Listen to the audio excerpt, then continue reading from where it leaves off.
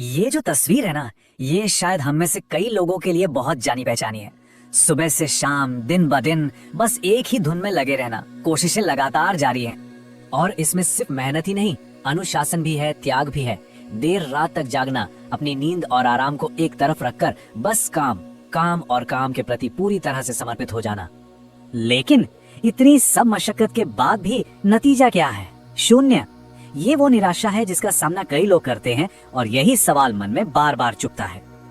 और जब मेहनत का फल नहीं मिलता तो मन में एक बहुत ही खतरनाक सवाल उठने लगता है, कहीं कमी मुझ में ही तो नहीं है?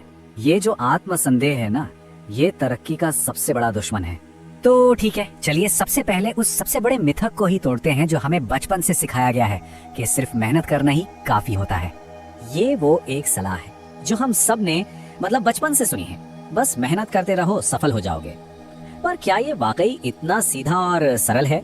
जरा सोचिए, अगर सिर्फ कड़ी मेहनत ही सफलता का पैमाना होती तो दुनिया के सबसे अमीर लोग तो मजदूर होते। पर ऐसा नहीं है ना? तो फिर क्यों? वो इसलिए क्योंकि मेहनत के साथ एक और चीज जुड़ती है जिसे हम अक्सर नजरअंदाज कर देते हैं, सही दिशा। और ये फॉर्मूला बिल्कुल सटीक बैठता है।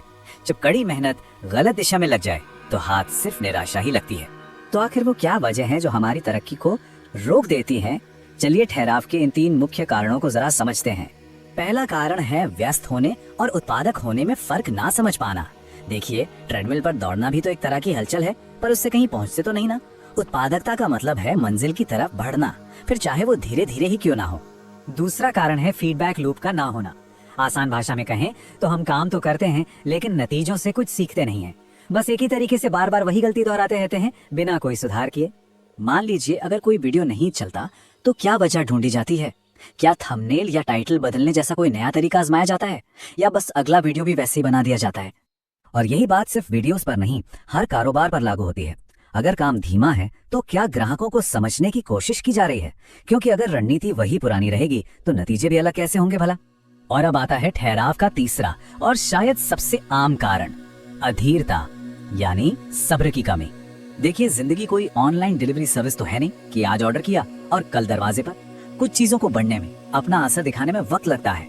अच्छे नतीजों के लिए धैर्य रखना बहुत जरूरी है, क्योंकि सही विकास अक्सर एक लंबे और शांत इंतजार के बाद ही होता है। तो अब जब हमने प्रॉब्लम को समझ लिया है तो इसका सोल्यूशन क्या है? आइए अब आगे बढ़ने के लिए एक बहुत ही असरदार 3 स्टेप सिस्टम पर नजर डालते हैं। पहला स्टेप है 80-20 रूल को समझना और उसे लागू करना। इसका मतलब है अपने उन 20% कामों को पहचानिए जो असल में 80% नतीजे लाते हैं, और बाकी 80% गैर जरूरी कामों पर अपनी कीमती ऊर्जा बर्बाद करना बंद करें। दूसरा कदम है हर हफ्ते एक छोटा सा रिव्यू। बस 30 मिनट निकालकर खुद से ये 3 आसान सवाल पूछने हैं। इस हफ्ते क्या काम कर गया, क्या काम नहीं आया, और अगले हफ्ते क्या बदलना है। और तीसरा और सबसे जरूरी कदम, ये समझना कि हुनर सिर्फ मेहनत से ज्यादा कीमती है। घंटों तक गलत जगह हथौड़ा चलाने से बेहतर है ये सीखना कि एक सही चोट कहाँ करनी है। तो आखिर में बात बस इतनी सी है कि हमें संघर्ष की जगह रणनीति को चुनना होगा। सफलता को देखने का अपना नजरिया बदलना होगा।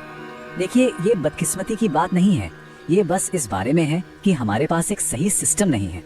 तो ये मानना छोड़ दें कि किस्मत खराब है और ये देखना शुरू करें कि रणनीति में कहाँ सुधार हो सकता है, क्योंकि ये कोई व्यक्तिगत विफलता नहीं, ये एक सिस्टम की कमी है जिसे ठीक किया जा सकता है।